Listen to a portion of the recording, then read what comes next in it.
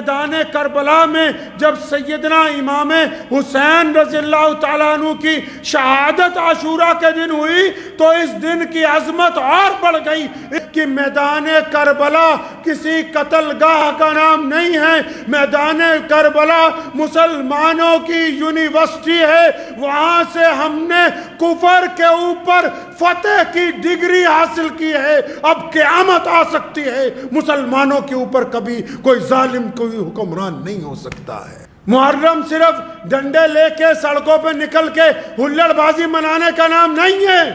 حضرت امام حسین رضی اللہ تعالیٰ عنہ میدان جنگ میں بھی اپنے نانا کی آنکھوں کی ٹھنڈک 5 وقتہ نماز فرض کو چھوڑنے کے لیے تیار نہیں ہیں، تو پھر آج حسینی وہی ہے جو محرم کے دن اس بات کا عہد کرتا ہو کہ میری کبھی کوئی نماز جو ہے وہ کسی حالت میں قضا نہیں ہوگی۔ جس کو نماز سے پیار نہیں ہے وہ سیدنا امام حسین کی پیروی کرنے والا نہیں ہے۔ محرم تو اس عقیدے کے ساتھ منائی جائے گی کہ ہم اسلام کو اپنانے کے لیے تیار ہیں، اس عقیدے سے منائی جائے گی کہ ہم نماز با جماعت ادا کرنے کے لیے تیار ہیں، اس عقیدے کے ساتھ منائی جائے گی کہ ہم غریب کا ساتھ دینے کے لیے تیار ہیں۔ جو قومیں اپنے شہیدوں کو بھول جاتی ہیں ان کا نام باقی نہیں رہتا، نام انہی کا باقی رہتا ہے جو اپنے شہیدوں کو یاد رکھتے ہیں۔ بسم اللہ الرحمن الرحیم۔ شروع اللہ کے نام سے جو بڑا مہربان اور نہایت ہی رحم کرنے والا ہے۔ تمام حضرات سورہ فاتحہ اور پھر درود پاک پڑھ لیجئے۔ اعوذ باللہ من الشیطان الرجیم، بسم اللہ الرحمن الرحیم، الحمدللہ رب العالمین، الرحمن الرحیم، مالک یوم الدین، ایاک نعبد و ایاک نستعین، ایاک نعبد وإياك نستعين، إياك نعبد وإياك نستعين، اهدنا الصراط المستقيم صراط الذين أنعمت عليهم غير المغضوب عليهم ولا الضالين، آمين۔ اللهم صل على محمد وعلى آل محمد كما صليت على إبراهيم وعلى آل إبراهيم إنك حميد مجيد۔ اللہم بارک علی محمد وعلی آل محمد کما بارکت علی ابراہیم وعلی آل ابراہیم انکا حمید مجید۔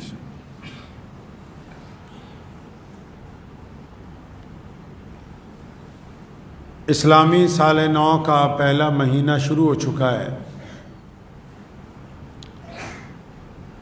محرم کی آج 9 تاریخ ہے۔ کل یعنی 10 محرم کو یوم عاشوراء کا دن پوری دنیا میں مسلمان اپنی عقیدت کے ساتھ، عبادات کے ساتھ، پیارے نبی حضرت محمد رسول اللہ صلی اللہ علیہ وسلم کی سنت کے مطابق گزاریں گے۔ ہمارے یہاں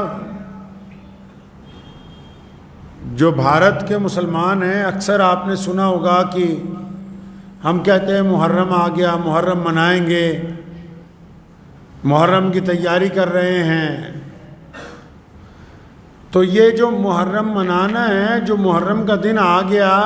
یہ ہے کون سا دن؟ اس کی تیاری کیسے کی جاتی؟ اس کو منایا کیسے جاتا ہے؟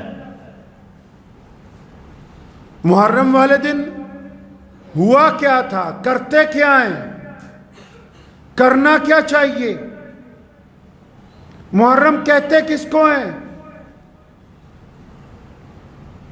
محرم کا پیغام کیا ہے؟ کیونکہ جب ہم کوئی تہوار مناتے ہیں، کوئی کام کرتے ہیں، یہ تو نہیں کہ صرف مسلمان ہی کر رہے ہیں، پوری دنیا کے لوگ بھی تو اس کو دیکھ رہے ہیں، ان تک بھی تو پیغام جا رہا ہے کہ ہم نے عید منائی ہے، ہم نے عاشوراء کا دن منایا، ہم نے محرم کا دن منایا، ہم نے 12 ربیع الاول کا دن منایا، ہم نے کیا ہے؟ یہ پیغام کیا دے رہا ہے؟ بہت سارے لوگوں کو پوچھو کہ نہیں جی بس محرم منانے کی تیاری ہے، اللہ کے بندے محرم منائیں گے کیسے؟ منانا کیسے ہے محرم؟ محرم کا دن عظمت والا کیسے بن گیا؟ محرم کے دن ہوا کیا تھا؟ اگر تاریخ کی طرف جائیں گے، پیارے نبی حضرت محمد رسول اللہ صلی اللہ تعالیٰ علیہ وسلم کی حیات مبارکہ دیکھیں گے، ان کی زندگی دیکھیں گے، تو یہ دنیا میں صدیوں سے عاشورہ کا دن بڑی عزت والا دن رہا ہے، بڑی برکت والا دن رہا ہے۔ نبی علیہ السلام نے اس دن کی برکتیں بیان کی ہیں۔ عاشورہ کا روزہ رکھا ہے،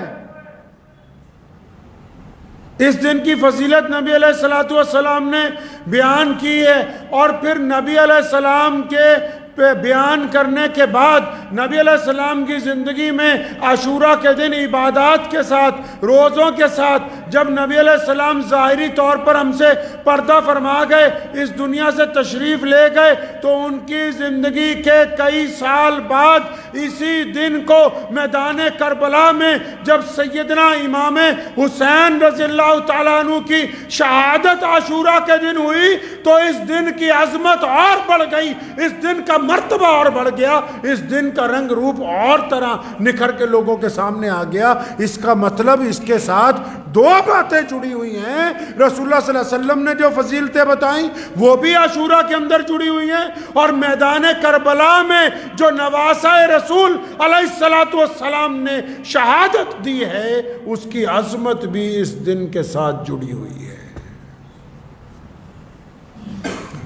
آپ نے سنا ہوگا اکثر ہمارے کچھ بھائی شہادت کے واقعات بیان کرتے ہیں، شہادت کا قصہ بیان کیا جاتا ہے، اور بہت سارے لوگ قصہ بیان کرنے والے اس شہادت کو اس طرح پیش کرنا چاہتے ہیں کہ گویا بہت بری حالت تھی، گویا بہت ہی سنگین حالات تھے۔ میری بات آپ دل تھام کے تمام لوگ اس بات کو یاد کر لیں کہ میدان کربلا کسی قتل گاہ کا نام نہیں ہے، میدان کربلا مسلمانوں کی یونیورسٹی ہے، وہاں سے ہم نے کفر کے اوپر فتح کی ڈگری حاصل کی ہے۔ اب قیامت آ سکتی ہے، مسلمانوں کے اوپر کبھی کوئی ظالم کوئی حکمران نہیں ہو سکتا ہے۔ وہ قتل گاہ نہیں ہے، وہ سیدنا امام حسین رضی اللہ تعالیٰ عنہ کی شجاعت کی گواہی دیتی ہے۔ وہ سیدنا عمر بن علی رضی اللہ تعالیٰ عنہ، سیدنا عثمان بن علی، یہ دونوں جو بیٹے ہیں مولا علی رضی اللہ تعالیٰ عنہ کے، جن کا نام اپنے دوستوں کے نام پر رکھا، جنہوں نے اپنے بھائی کے ساتھ شہادتیں دی ہیں، یہ ان کی داستان ہے، جنہوں نے سیدنا امام حسین کے ساتھ وفاداری نبھائی ہے، جنہوں نے اپنے نانا کے دین کے لیے قربانی دی ہے۔ قیامت تک کے لیے مسلمانوں کے لیے یہ عزت کی بات ہے کہ ہمارے پاس قربانی کا علم بردار، ہمارے پاس فتح کا علم بردار، ہمارے پاس ظلم کے خلاف اٹھایا جانے والا علم اگر کسی ذات کے ہاتھ میں ہے تو سیدنا امام حسین رضی اللہ تعالیٰ عنہ کے ہاتھ میں ہے۔ کون کہتا ہے؟ اٹھائیں داستان کربلا کی، کربلا نے تو ہمیں درس دیا۔ عرف عام میں آپ کو سمجھانا چاہتا ہوں، آپ کو پتا ہے کس بات کی لڑائی ہوئی؟ محرم صرف ڈنڈے لے کے سڑکوں پہ نکل کے ہلڑ بازی منانے کا نام نہیں ہے۔ اور وہ لوگ یاد رکھیں جن کی حلق سے شراب کے قطرے نیچے اترتے ہیں، وہ جتنی زور سے مرضی ہمارے مولا حضرت علی رضی اللہ تعالیٰ عنہ کا نام لیتے رہے، جب تک مولا علی کے نقش قدم پر نہیں چلتے قیامت آ سکتی ہے، ان کا اسلام کے ساتھ تعلق نہیں جڑ سکتا ہے، ان کا اسلام سے تعلق نہیں جڑ سکتا۔ کس بات کی لڑائی ہے؟ آپ کو پتہ ہے جب پیارے نبی صلی اللہ علیہ وسلم کے بعد سیدنا ابو بکر صدیق رضی اللہ تعالیٰ عنہ خلیفہ بنے، پھر سیدنا عمر رضی اللہ تعالیٰ عنہ خلیفہ بنے، پھر سیدنا عثمان رضی اللہ تعالیٰ عنہ خلیفہ بنے، پھر مولا علی رضی اللہ تعالیٰ عنہ خلیفہ بنے۔ تو مولا علی رضی اللہ تعالیٰ عنہ کے بعد امام حسن رضی اللہ تعالیٰ عنہ کو مسلمانوں کا خلیفہ بنایا گیا۔ وہ ظالم سنیں کان کھول کے جو یہ سمجھتے ہیں کہ کرسی کی لڑائی تھی، اقتدار کی لڑائی تھی۔ ارے سیدنا امام حسین کے گھر میں ان کے والد کے بعد خلافت ان کے پیروں میں تھی، ان کے تلووں کے نیچے تھی خلافت۔ سیدنا امام حسن رضی اللہ تعالیٰ عنہ کو خلیفہ بنایا گیا، اور پیارے نبی علیہ السلام نے بھی فرمایا تھا کہ میرا بیٹا حسن ایک وقت آئے گا کہ یہ دو جماعتوں میں صلح کرا دے گا۔ قربان جائیں اس گھرانے پر، نبی علیہ السلام کی آل اولاد پر، کہ جب وقت آیا اور ضرورت محسوس ہوئی تو امام حسن رضی اللہ تعالیٰ نے خلافت سے استعفیٰ دے دیا، انہوں نے خلافت کو ٹھوکر مار دی۔ سیدنا امام حسین رضی اللہ تعالیٰ عنہ کربلا کے میدان میں خلافت کا تخت لینے نہیں گئے تھے، وہ اس لیے کربلا کے میدان میں گئے، انہوں نے اس لیے یزید کے خلاف علم اٹھایا، انہوں نے اس لیے اس دور کی باطل حکومت سے ٹکرائے، کیونکہ حکومت یہ چاہتی تھی کہ جو نانا کا دین ہے، حکومت یہ چاہتی تھی کہ جو انسانوں سے بھلائی کا رویہ ہے، حکومت یہ چاہتی تھی کہ جو لوگوں کے اندر برابری ہے، حکومت یہ چاہتی تھی کہ جو لوگوں کے اوپر ایمانداری قائم کی گئی ہے اس کو ختم کر کے گنڈا گردی کا راج لے کے آئے۔ سیدنا امام حسین اس گنڈا گردی کے راج کے ساتھ ٹکر لینے گئے تھے، وہ حکومت کے حصول کے لیے میدان کربلا میں نہیں گئے۔ ان کا فلسفہ ہے یہ، محرم منانی ہے، محرم تو کہتی ہے یوم عاشورہ کی عظمت ہے اپنی جگہ، وہ سالم ہے، کوئی انکار نہیں، لیکن آؤ محرم کا دن ہے، 10 محرم کا دن ہے، کربلا کا میدان ہے، تپتی ہوئی ریت ہے، سامنے دشمن ہے، ادھر تھوڑے سے لوگ ہیں، اور سیدنا امام حسین رضی اللہ تعالیٰ عنہ جب نماز کا وقت ہوتا ہے تو ہزاروں دشمنوں کی پرواہ کیے بغیر اس تپتی ہوئی ریت پر اپنے رب کے حضور نماز کے لیے سجدہ ریز ہو جاتے ہیں۔ تو کیا آج حسین کا نعرہ لگانے والے محرم کے دن مسجد میں جماعت کے ساتھ نماز ادا کرتے ہیں کہ نہیں کرتے؟ دشمن جو منافق تھے اس وقت، جب نماز کا وقت ہو گیا ان کو بھی سیدنا امام حسین رضی اللہ تعالیٰ نے کہا آؤ نماز پڑھ لو، تو پانی نہیں ہم سے لے لو، پینے کا پانی ان کو دے دیا کہ ہم سے لے لو پانی، اس پانی سے وضو کر لو۔ پتہ یہ لگا نواسہ رسول جگر گوشہ بطول حضرت امام حسین رضی اللہ تعالیٰ عنہ میدان جنگ میں بھی اپنے نانا کی آنکھوں کی ٹھنڈک 5 وقتہ نماز فرض کو چھوڑنے کے لیے تیار نہیں ہیں، تو پھر آج حسینی وہی ہے جو محرم کے دن اس بات کا عہد کرتا ہو کہ میری کبھی کوئی نماز جو ہے وہ کسی حالت میں قضا نہیں ہوگی۔ جس کو نماز سے پیار نہیں ہے وہ سیدنا امام حسین کی پیروی کرنے والا نہیں ہے۔ سیدنا امام حسین رضی اللہ تعالیٰ نے کربلا کے میدان میں جو کام انہوں نے کیا دنیا کے لیے آئیڈیل بنا ہے یہ۔ اگر آپ وشو کا اتہاس اٹھائیں گے، اگر آپ بڑے بڑے لوگوں کی زندگی پڑھیں گے،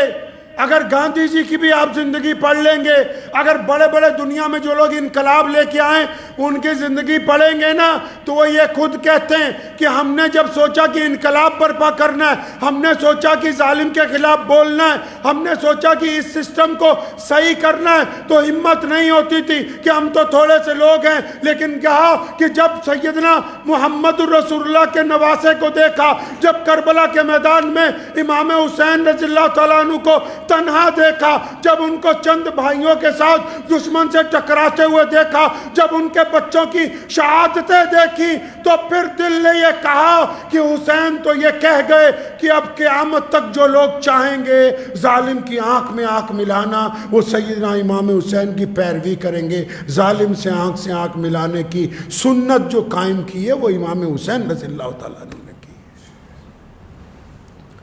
چمچا گیریوں کی سنت نہیں، خوشامد کی نہیں، صلح کی نہیں۔ بتھیروں نے آ کے کہا کہ کچھ نرمی کیج کر لیجئے، کوئی دوسرا راستہ نکال لیجئے، اور سیدنا امام حسین رضی اللہ تعالیٰ عنہ جب نکلے نا میدان میں، شہادت سے پہلے جب بچوں کی شہادت ہو گئی، جب اپنے بھائیوں کی شہادت ہو گئی، جب بھتیجوں نے قربانیاں دے دی، امام حسین نکلے محمد رسول اللہ والی دستار اپنے سر پر لے کے نکلے، مولا علی کی تلوار کو لے کے، اور جب گھوڑے پہ بیٹھ کے دشمن پہ حملہ کیا، ایک ایک بار میں کئی درجنوں کو جب گرایا، واپس آ کر اپنی بہن کو کہا کہ دیکھو زینب ان بدبختوں کی، ان بزدلوں کی اتنی جرت نہیں ہوتی کہ یہ براہ راست میرے مقابلے کے اندر آ سکے۔ نعرہ تکبیر، نعرہ تکبیر، ختم نبوت، ختم نبوت، نعرہ تکبیر۔ یہ کربلا کے میدان کا درس ہے۔ کربلا کے میدان نے اسلام کو زندگی دی ہے۔ جس طرح میدان بدر میں اسلام کی بنیاد رکھ دی گئی، کربلا کے میدان میں اس بات کو طے کر دیا گیا کہ جو ظالم ہیں وہ ہمیشہ الگ رہیں گے، جو حق پرست ہیں وہ ہمیشہ الگ رہیں گے۔ کربلا کے میدان میں یہ بات طے کر دی گئی کہ کسی کی تعداد کوئی اہمیت نہیں رکھتی، حق پسند جو ہوتے ہیں اگر وہ کم تعداد میں بھی ہو، ان کو سچائی بولنے سے دنیا کی کوئی طاقت روک نہیں سکتی ہے۔ میدان کربلا نے تو درس دیا ہے لوگوں کو، میدان کربلا نے تو ہمت دی غریبوں کو، میدان کربلا نے تو اتحاد کا سبق پڑھایا، میدان کربلا نے تو شجاعت کا سبق دنیا کو دیا، میدان کربلا نے صبر کر کے دکھایا، میدان کربلا نے بتایا کہ بھوکے پیٹ بھی کیسے خدا کے راستے میں لڑا جا سکتا ہے، اور میدان کربلا نے قرآن کو قیامت تک کے لیے اور رسول اللہ کے پیغام کو قیامت تک کے لیے محفوظ کر دیا، محفوظ کر دیا۔ سیدنا امام حسین رضی اللہ تعالیٰ عنہ کی شہادت، ان کے بھائیوں کی، ان کے بیٹوں کی، ان کے بھتیجوں کی، ان کے دوستوں کی، ان کے ساتھیوں کی شہادت، آج بھی جائیں گے نا تو کربلا کی مٹی سے ان کی شہادت کی خوشبو آتی ہے۔ کوئی نہیں جانتا آج ان ظالموں کو۔ کچھ لوگ ان ظالموں کو صحیح بتانے کی کوشش کرتے ہیں۔ ایک بات ہمیشہ یاد رکھو، جو محمد رسول اللہ کا گھرانہ ہے اور جو رسول کریم صلی اللہ علیہ وسلم کی ذات مبارکہ ہے اور جو سیدنا فاطمۃ الزہرا کے لال ہیں اور جن کو دنیا نے امام حسن و حسین کے نام سے ہمیشہ عزتیں بانٹی ہیں، قیامت تک جتنی مرضی ظالموں کے مقابلے میں دلیلیں لا سکتے ہو، قیامت آ سکتی ہے، دنیا کا کوئی بھی ظالم امام حسین کی جوتی سے اڑتی ہوئی خاک کے برابر بھی درجہ حاصل نہیں کر سکتا ہے۔ تو یہ یاد رکھیں جو محرم منانا چاہتے ہیں، بھائی محرم تو اس عقیدے سے منائی جائے گی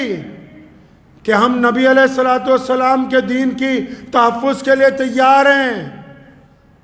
محرم تو اس عقیدے کے ساتھ منائی جائے گی کہ ہم اسلام کو اپنانے کے لیے تیار ہیں، اس عقیدے سے منائی جائے گی کہ ہم نماز با جماعت ادا کرنے کے لیے تیار ہیں، اس عقیدے کے ساتھ منائی جائے گی کہ ہم غریب کا ساتھ دینے کے لیے تیار ہیں، اس عقیدے کے ساتھ منائی جائے گی کہ ظالم کی آنکھوں میں آنکھیں ڈالنے کے لیے تیار ہیں۔ اگر صرف یہ سمجھتے کہ چند لقمے کھانے کے بانٹ کے چند چیزیں سڑک کے اوپر کر کے محرم منائی گئی تو ابھی تو آپ محرم کے نزدیک بھی نہیں پھٹکے، کوسوں دور ہو اس عقیدے سے جو امام حسین رضی اللہ تعالیٰ عنہ نے پیش کیا ہے، کوسوں دور ہیں آپ۔ تو اس لیے یاد رکھیں، جب عاشورہ کا دن آئے سنت کے مطابق روزہ رکھیں، نماز جماعت سے پڑھیں، غریب کی مدد کریں، کوئی کسی پہ ظلم کرتا ہے اس کو ٹوکیں۔ صرف نیکی کی طرف بلانا ہمارا کام نہیں ہے، برائی سے روکنا بھی ہماری ذمہ داری میں شامل ہے۔ اپنے عقیدے کو درست رکھیں اور ہمیشہ یاد رکھیں، اگر کچھ لوگ یہ سمجھتے ہیں کہ صرف سیدنا امام حسین رضی اللہ تعالیٰ عنہ پہ حق ان کا ہے تو وہ بھی اس بات کو ذہن نشین کر لیں کہ آل رسول کا ایک ایک بچہ پوری دنیا کے سنیوں کو اپنی جان سے زیادہ عزیز ہے۔ مولا علی رضی اللہ تعالیٰ عنہ کی اولاد ہو، سیدنا امام حسین رضی اللہ تعالیٰ عنہ کی شہادت ہو، ان کے بچوں کی شہادت ہو، اس گھرانے کا ایک ایک فرد دنیا کے ہر ایک سنی کو اپنے ایمان سے زیادہ، اپنی جان سے زیادہ، اپنے مال سے زیادہ محبوب ہے۔ تو اس بات کو ذہن نشین کر لیں کہ ہم نے حضرت امام حسین رضی اللہ تعالیٰ عنہ کے عقیدے کی وضاحت کرنی ہے، عقیدے کی وضاحت کرنی ہے۔ ہم صرف شہادت کو یاد کر کے آنسو بہانے والے نہیں ہیں۔ ٹھیک ہے کہ شہادت کے واقعات ایسے دل اندوز ہیں کہ بعض مرتبہ نہیں بلکہ ہر مرتبہ جب آپ ان کو پڑھیں گے تو آپ کا دل، آپ کی آنکھیں بے قابو ہو جائیں گی، لیکن اس عشق باری کے درمیان بھی ہم اس بات کو یاد رکھیں گے کہ شہادت کا مقصد کیا تھا۔ جب تک مقصد زندہ ہے تب تک ہمارے نزدیک شہادت کا مرتبہ موجود ہے، اس لیے ہم مقصد کو کبھی آنکھوں سے اوجھل نہیں ہونے دیں گے انشاءاللہ۔ تو کریں گے انشاءاللہ تعالی شہادت کے مقصد کو، اور جو قومیں اپنے شہیدوں کو سارے ہی سن لیں، جو غیر مسلم دوست ہیں وہ بھی، جو مسلمان ہیں وہ بھی، جو قومیں اپنے شہیدوں کو بھول جائیں، جو قومیں اپنے بڑوں کو بھول جائیں، جو قومیں اپنی بنیاد رکھنے والوں کو بھول جائیں،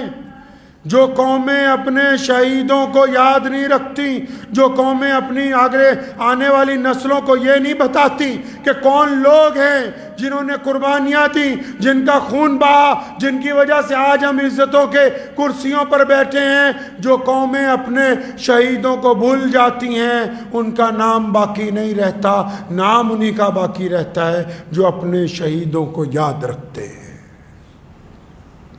تو دعا کریں اللہ مجھے بھی اور آپ سب کو بھی سیدنا امام حسین رضی اللہ تعالیٰ عنہ کے طریقے کے اوپر چلنے کی توفیق عطا فرمائے۔ اللہ تعالیٰ اس مقصد پہ چلنے کی توفیق عطا فرمائے جو حضرت امام حسین رضی اللہ تعالیٰ عنہ نے پوری دنیا کے انسانوں کے لیے عطا فرمایا۔ چلتے چلتے آج ایک بات محرم کے عنوان سے گزشتہ 2 دن پہلے سامنے آ گئی۔ ہمارے ملک کی وزیر مملکت جو اقلیتی امور کی منتری ہیں محترمہ اسمرتی ایرانی صاحبہ، انہوں نے ایک بیان دیا آج سے 3 دن پہلے کہ آندھرا پردیش کا جو وقف بورڈ ہے وہ قادیانیوں کو یہ نہیں کہہ سکتا کہ آپ اسلام سے خارج۔ وقف بورڈ کہے یا نہ کہے یہ الگ بات، اتنی ذمہ دار عہدے پر جو بندہ بیٹھا ہو، یہ جو خاتون بیٹھی ہیں، جو اقلیت کی وزیر ہے، مائنورٹیز کی وزیر ہیں بھارت کے اندر، وہ قادیانیوں کے حق میں بیان دینے سے پہلے کیا یہ ضروری نہیں سمجھتی کہ یہ پتہ کر لیا جائے کہ یہ قادیانی جو اپنے آپ کو احمدی کہتے ہیں یہ ہے کس بلا کا نام، ہیں کون یہ؟ اور یہ یاد رکھیں آپ کے پاس کوئی ایسی طاقت نہیں ہے کہ آپ کسی کو اسلام میں داخل کر دیں یا خارج کر دیں۔ یہ دنیا میں اللہ اور اس کے رسول کا جو دستور مسلمانوں کو ملا ہے، جس کو ہم قرآن اور حدیث کہتے ہیں، قرآن اور حدیث سے یہ طے ہوگا کہ کون بندہ مسلمان ہے، کون مسلمان نہیں ہے۔ کوئی بھی حکومت ہمارے ذاتی قانون کے اندر، ہمارے اندر کبھی بھی دخل نہیں دے سکتی، پہلی بات۔ دوسری بات، عام لفظوں میں سمجھ لیں محترمہ صاحبہ کہ اگر کوئی آدمی، جس طرح آپ بھاجپا کی عہدے دار ہیں، اگر کوئی آدمی بھاجپا کی نیتیوں سے، بھاجپا کے سدھانتوں سے سہمتی نہ جتاتا ہو، پارٹی میں رہ کے پارٹی کے خلاف بات کرے، تو آپ کیا کرو گے؟ آپ اس کو پارٹی سے نکال دو گے۔ اگر کوئی وزارت میں رہ کے اپنی سرکار کے خلاف نکتہ چینی کرے، کیا کرو گے؟ اس کو سرکار سے نکال دو گے۔ اس کو باہر رہ کے جینے کا حق ہے، لیکن پارٹی میں رہنے کا حق نہیں ہے۔ اسی طرح کوئی بھی بندہ جو اسلام میں رہنا چاہتا ہے اللہ کی عبادت کے ساتھ، اگر وہ یہ کہتا ہے کہ نعوذ باللہ حضور صلی اللہ علیہ وسلم جو ہمارے نبی ہیں، پیارے پیغمبر کی جگہ کوئی اور بندہ نعوذ باللہ نبی بن کر آیا تو قیامت آ سکتی ہے، وہ اسلام میں نہیں رہ سکتا ہے۔ نعرہ تکبیر، نعرہ تکبیر، ختم نبوت، ختم نبوت، نعرہ تکبیر۔ تو اس کو تو چھوڑ دیجئے کہ وقف بورڈ کے پاس ادھیکار ہے یا نہیں، وقف بورڈ کہے یا نہ کہے، دنیا بھر کے عالموں نے کہا، دنیا بھر کے مسلمانوں نے 100 سال پہلے اس لیے فیصلہ کیا۔ اور یہ بھی سنیے فیصلہ کیوں کیا؟ آپ نے اتہاس نہیں پڑھا، سن 1888 کا دور تھا، لوگ چپ تھے، دیش کی آزادی کے لیے کوئی نکل نہیں رہا تھا۔ مسلمانوں نے 1857 کی جنگ آزادی کے بعد دوبارہ اس دیش کی آزادی کے لیے جب کام شروع کیا، جب طیب جی اور بھیم جی جیسے لوگوں نے کانگریس کی اس دور میں آزادی کے لیے بنیاد رکھی، میں اس کانگریس کی بات نہیں کر رہا، اس دور میں جب آزادی کے لیے بنیاد رکھی تو مسلمانوں نے ان کا ساتھ دینے کا فیصلہ کیا۔ تو اس وقت انگریزوں نے ایک فتنہ شروع کیا کہ مسلمانوں کو دیش کی آزادی سے اگر ہٹا رہے ہیں تب کچھ کام کرنا پڑے گا۔ تب انہوں نے مرزا غلام قادیانی کو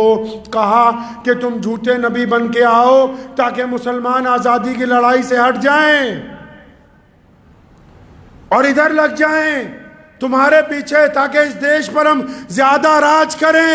محترمہ صاحبہ، وزیر صاحبہ، آپ جن کی بات کرتی ہیں ان کا اتہاس اٹھائیں۔ انہوں نے اس دیش کی جنگ آزادی سے غداری کی ہے، ان کے خلاف پہلا فتویٰ اسی لیے آیا کیونکہ مرزا غلام قادیانی نے اعلان کیا کہ میں ملکہ الزبتھ کے ساتھ ہوں، کیونکہ جماعت احمدیہ نے اعلان کیا کہ ہم انگریز سرکار کے پرستار ہیں، اور یہاں تک کہا کہ ہم نے ان کے حق میں کتابیں لکھی، اشتہار شائع کیے کہ دیش کے مسلمان آزادی کی لڑائی کو چھوڑ کے انگریز سرکار کے ساتھ لگ جائیں۔ آپ جن کی حمایت کی بات کرتی ہیں ان کا اتہاس پڑھیے، وہ اس دیش کی جنگ آزادی کے بھی غدار ہیں، اور آپ تو سرکار میں ہیں، اب دوبارہ اٹھا لیں گی تو کتنی بری کارروائیوں میں، کتنے آتنکیوں کے ساتھ ان کی یاری ہے، وہ بھی نکل کے سامنے آ جائے گی۔ اب بھی بات نہ سمجھ آتی ہو تو آخری گزارش کروں گا میڈیا کی طرف سے۔ پچھلے دنوں ہمارے دیش کے ماننیہ پردھان منتری صاحب نے ایک بات کہی، وہ الگ بات ہے کہ اس سے کچھ مسلمان لیڈر سہمت ہوں یا نہ ہوں۔ پردھان منتری جی نے کہا کہ مسلمانوں میں 70% لوگ پسماندہ ہیں، یعنی ایسی برادریاں جو غریب ہیں، ہم اپنے ان بھائیوں کو ساتھ لے کے جانا چاہتے ہیں۔ تو سمرتی ایرانی جی، آپ کو میں یہ بتا دوں یہ ٹھیک ہے، ہمارے ملک کے پردھان منتری جی نے کہا کہ پسماندہ ہیں، ہم چاہے اس بات کو مانیں یا نہ مانیں، آپ کے مطابق اگر مان لیں کہ 70% لوگ پسماندہ ہیں مسلمانوں میں، 30% دوسرے ہیں، تو ایک دفعہ ان پسماندہ سے بھی اور دوسروں سے بھی سب سے ایک دفعہ پوچھ لو، جو 70% جن کو آپ پسماندہ کہتے ہیں وہ بھی، اور 30% دوسرے بھی جن کو آپ نے 2 کیٹاگریوں میں بانٹا ہے، ہم نے نہیں، لیکن ان سب سے پوچھو، ہمارا غریب سے غریب بچہ، ہمارا امیر سے امیر آدمی، ہمارا ریڑھی چلانے والا، ہمارا رکشہ چلانے والا، ہمارا مزدور ہو، ہمارا ذمہ دار ہو، سارے کے سارے محمد رسول اللہ سے اپنی جان سے زیادہ پیار کرتے ہیں۔ جن کو رسول اللہ کے دشمنوں سے عشق ہے تو پھر وہ مسلمانوں کی ووٹ لینے کی بات نہ کریں، پھر وہ سیاسی طور پر بھی سمجھ لو کہ جن کی آپ بات کرتے ہیں گلے لگانے کی، ہم انکار نہیں کرتے، گلے لگانا چاہیے، ہونا چاہیے، اوپر اٹھنا چاہیے غریبوں کو، لیکن جن کو غریب کہہ کے یہ سمجھ رہے ہو کہ یہ غریب، ان کو قادیانی بنا لو گے، ارے مسلمانوں کی رگوں میں رسول اللہ کی محبت ہے، اگر ان ہماری بوٹیاں نوچ دو گے، اگر ایک ایک ٹکڑا بھی کر دو گے، تو رسول اللہ کی محبت ہمارے میں سے کوئی نہیں نکال سکتا ہے۔ تو یہ مشورہ پہلے سرکار سے بھی کر لیتی، جو ہمارے ساتھ اوپر تھوپنے کی کوشش کی قادیانیوں کو، سرکار سے بھی ایک مشورہ کر لیتے کہ پورے بھارت کے مسلمان، جو دنیا میں سب سے بڑی اقلیت ہے اس دیش میں، جن کو ہمارے پردھان منتری جی آج اپنی چھاتی سے لگانے کی بات کرتی ہے، اور یہ منتری ان مسلمانوں کی چھاتی پر نمک چھڑکنے کی بات کرتی ہے، پہلے وہاں تو پوچھ لیتے کرنا کیا ہے۔ جتنے مرضی حکم نامے جاری کر دو، کسی مرضی وقف بورڈ کو کر دو، اور وقف بھی جو ہے نا، یہ جو وقف کی جائیدادیں ہیں، یہ ہمارے خون پسینے کی کمائی ہے،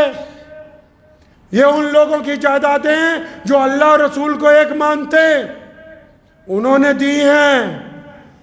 یہ کسی مرزا قادیانی کی چیلوں نے نہیں دی جائیدادیں، وقف بورڈ کی جو جائیدادیں،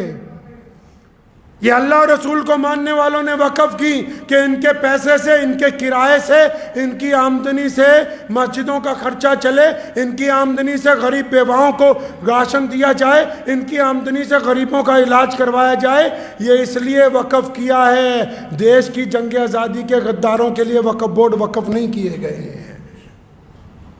تو میری گزارش ہے بھارت سرکار سے، پر ماننیہ پردھان منتری شری نریندر بھائی مودی جی سے بھی گزارش ہے کہ کیبنٹ میں یہ جو اقلیت کی وزیر ہیں، انہوں نے پورے دیش کے مسلمانوں کے جذبات کو مجروح کیا ہے، انہوں نے پورے دیش کے مسلمانوں کو تکلیف پہنچائی ہے، انہوں نے پورے دیش کے مسلمانوں کے سامنے ہمارے پیارے نبی حضرت محمد رسول اللہ صلی اللہ علیہ وسلم کی شان میں بے ادبی کرنے والے، ہمارے نبی کے سامنے جھوٹی نبوت کا اعلان کرنے والے مرزا قادیانی کے چیلوں کو مسلمان بتانے کی کوشش کی ہے۔ ان کو بلا کے پوچھئے کہ کیوں یہ ایسا کرتی ہیں، کیا ہم اس ملک کے واسی نہیں، کیا ہمارا حق نہیں کہ ہم اپنے دین کے اوپر اپنے طریقے کے ساتھ بالکل آزادی کے ساتھ گزاریں؟ اس لیے ان سے پوچھ ہونی چاہیے کہ یہ آپ نے کیا کیا ہے۔ اور منتری صاحبہ، آپ کو ایک بات اور یاد دلا دوں کہ آپ مائنورٹیز کی وزیر تو ہیں، لیکن اس کے ساتھ ساتھ آپ مہیلا وکاس منتری بھی ہیں۔ منی پور میں جو دیش کی بیٹیوں کے ساتھ ہوا اس پر آپ چپ رہیں، قادیانیوں کی ایک چٹھی پر آپ نے اتنا بڑا بیان دے ڈالا، تو اس لیے امید کرتا ہوں کہ آنے والے دنوں میں آپ کچھ انصاف سے کام لیں گی۔ دعا کرے اللہ تعالیٰ ہماری اس بات کو حکومت کے دل تک پہنچائے، اور مرزا غلام قادیانی کے چیلوں نے یہ جو سازش کرنے کی کوشش کی وقف بورڈوں کے خلاف، اللہ تعالیٰ اس سے امت کو محفوظ رکھے۔ وآخر الدعوانا الحمدللہ رب العالمین۔